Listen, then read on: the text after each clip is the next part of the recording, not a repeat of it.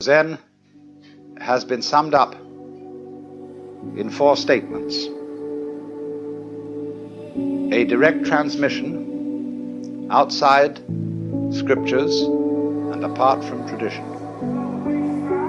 No dependence on words and letters. Direct pointing to the human mind and seeing into one's own nature and becoming Buddha.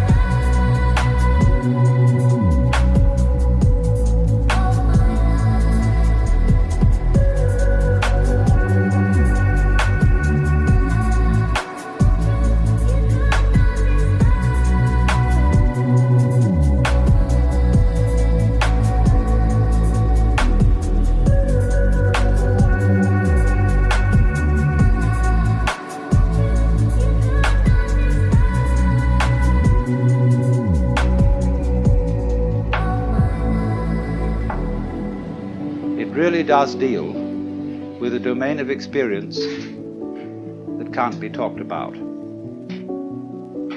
But one must remember at the same time that there's really nothing at all that can be talked about adequately. And the whole art of poetry is to say what can't be said. Every artist feels when he gets to the end of his work that there's something absolutely essential that was left out.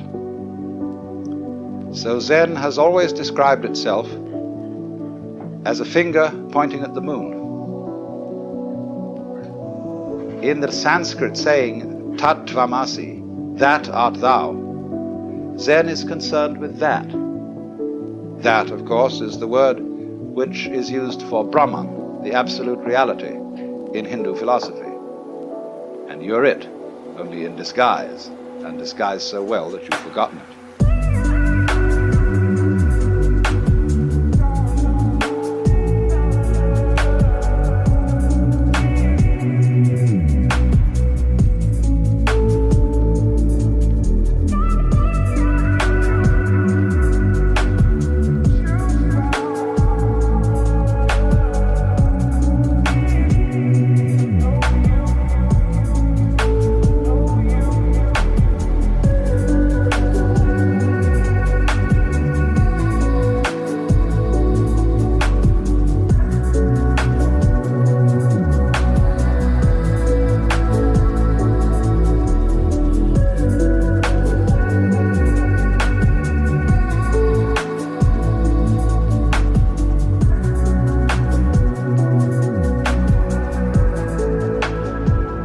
But unfortunately, ideas like the ultimate ground of being, the self, Brahman, ultimate reality, the great void, all that is very, very abstract talk.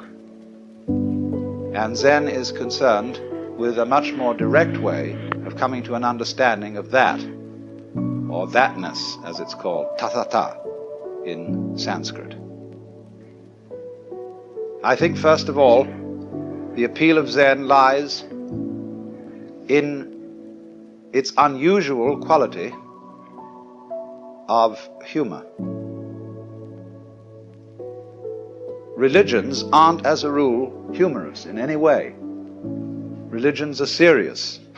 And when one looks at Zen art and reads Zen stories, it is quite apparent that something is going on here which isn't serious in the ordinary sense, however sincere it may be. The next thing I think that has appealed to Westerners is that Zen has no doctrines. There is nothing you have to believe, and it doesn't moralize at you very much. It's not particularly concerned with morals at all.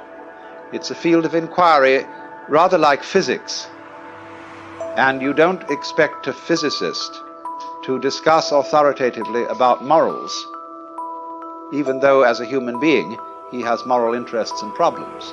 But as a physicist, he is not a moral authority. or if you go to an oculist or ophthalmologist to have your eyes adjusted, that is so you can see clearly. And Zen is spiritual ophthalmology.